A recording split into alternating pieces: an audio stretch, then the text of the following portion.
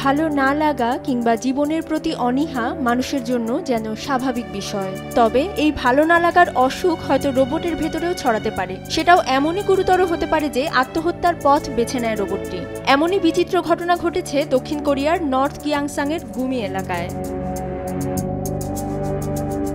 রোবটটিকে গুমি city কাউন্সিলে সরকারি কর্মচারী হিসেবে মোতায়েন করা হয়েছিল।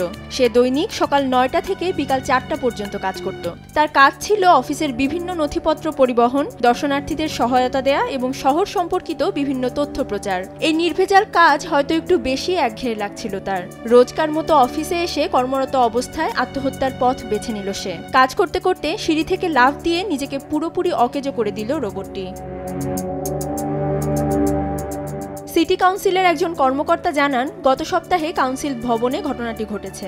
এ সময় রোবটটিকে এক জায়গায় এমনভাবে ঘুরতে দেখা যায় যেন এর কোনো সমস্যা হয়েছে। এরপর এটি একটি সিঁড়ির উপর থেকে ২ মিটার নিচে পড়ে খণ্ড বিখণ্ড হয়ে যায়। যুক্তরাষ্ট্রের ক্যালিফোর্নিয়া ভিত্তিক একটি কোম্পানির তৈরি এই রোবটটি ঠিক কী কারণে এমনটা করেছে সে ব্যাপারে এখনও কিছু জানা যায়নি।